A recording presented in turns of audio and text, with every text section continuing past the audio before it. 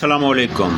Irritable bowel syndrome in short IBS एक ऐसी condition है जिसमें हमारी लार्ज इंटेस्टाइन इफ़ेक्ट होती है। हमारी लार्ज इंटेस्टाइन, जैसे कोलोन भी कहा जाता है, हमारे डाइजेस्टिव सिस्टम का आखिरी हिस्सा होती है। जब हम फूड खाते हैं तो लार्ज इंटेस्टाइन तक पहुंचने से पहले फूड में से न्यूट्रिएंट्स और मिनरल्स एब्ज़ॉर्ब हो चुके होते हैं, और जब फूड हमारी लार्ज इंटेस्टाइन में पहुंच जाता है तो लार्ज इंटेस्टाइन के मसल्स पेरिस्टालसिस मूवमेंट के ज़रिए इस फूड को आगे भेजते हैं, और इसी दौरान हमारी लार्ज इंटेस्टाइन में फूड में से वाटर कंटेंट भी एब्ज़ॉर्ब होता रहता है, और इस तरह ये बाउल पास होते होते रेक्टम तक पहुंच जाते हैं। रेक्टम लार्ज इंटेस्टाइन का पोर्शन को कहते हैं। रेक्टम में food as a waste material store होता है जिसे स्टूल्स कहा जाता है, और फिर ये स्टूल्स थ्रू एनस बॉडी से बाहर निकाल दिया जाता है। स्टूल को रेक्टम में स्टोर होने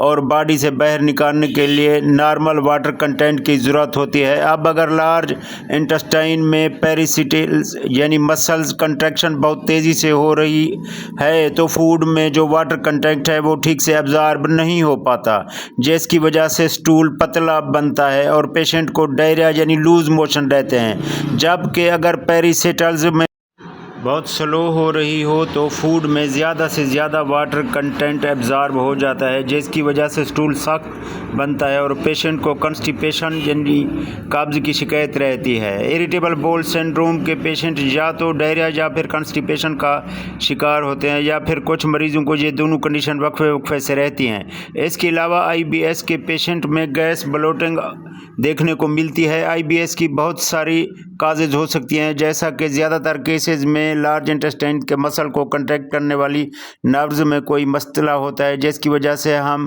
ब्रेन और इंटेस्टाइन में प्रॉपर कनेक्शन नहीं रहता, जिसकी वजह से पेरिस्टाल्स मूवमेंट के अलावा स्ट्रेस एंड एंग्जाइटी और एबनॉर्मल फूड हैबिट्स और कोई इंटेस्टाइन इन्फेक्शन भी IBS काज कर सकता है।